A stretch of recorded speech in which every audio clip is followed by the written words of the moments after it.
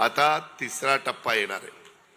गरीब 2.5 लाखाच्या आतमध्ये उत्पन्न असणाऱ्या सगळ्या महिला चांद्यापासून बांद्यापर्यंत नागपूरला राज्याची उपराजधानी आहे, तिथं दुसरा कार्यक्रम केलाय। तिसरा कार्यक्रम आम्ही नाशिकला करू। 17 ऑगस्ट रोजी पुणे येथे लाडकी बहीण योजनेचा पहिला टप्पा आणि 31 ऑगस्ट रोजी नागपूर येथे दुसऱ्या टप्प्याचा कार्यक्रम झाला।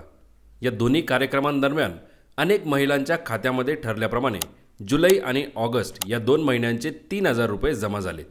पण ज्या महिलांनी जुलैमध्ये फॉर्म भरला, ऑगस्टमध्ये फॉर्म भरला, पण अर्ज मंजूर असूनही अजून देखील त्यांच्या खात्यामध्ये 3,000 रुपये आले नाहीत, तर त्यांच्यासाठी हा व्हिडिओ आहे।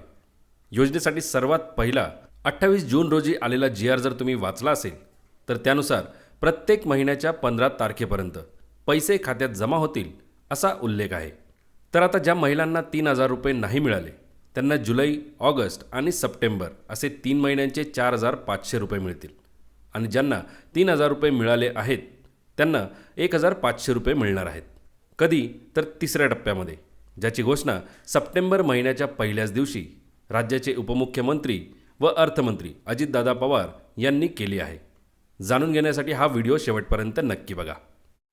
गरीब 2.5 लाखाच्या आतमध्ये उत्पन्न असणाऱ्या सगळ्या महिला चांद्यापासून बांद्यापर्यंत, मग ती मागासवर्गीय असेल, ती आदिवासी असेल, ती भटकी असेल, ती अल्पसंख्याक असेल, ती बहुजन समाजाची असेल, ती माझी सर्वसाधारण समाजातली असेल, कोणी असू दे, 2.5 लाखाच्या आतमध्ये तिचं उत्पन्न असेल तर तिला आपण 3,000 रुपये महिना द्यायचा आणि साधारण 18,000 रुपये वर्षाला होत होते।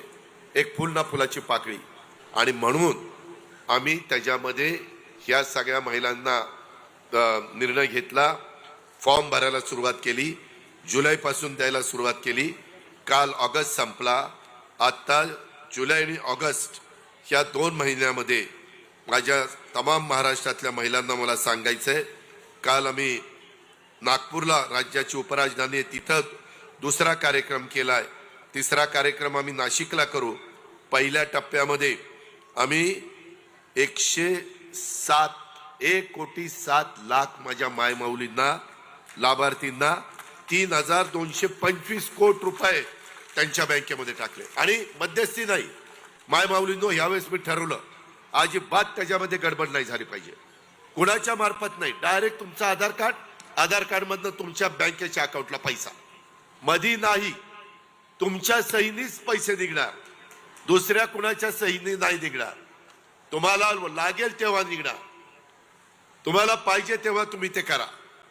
आणि नंतर पुन्हा दुसरा टप्पा काल आम्ही केला, त्या पहिल्या आणि दुसऱ्या टप्प्यामध्ये मिळून आता 1,60,00,000 लाभार्थी झालेले आहेत आणि 4,000 जवळपास 800 कोटी रुपये वाटले, 4,800 कोटी।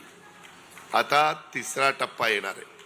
अजून काही महिला लाभार्थी खऱ्या अर्थाने असतील, त्या राहिलेल्या असतील तर ते करा। आम्ही 2 ते 2.5 कोटीचा साधारण उद्दिष्ट ठेवलेलं आहे।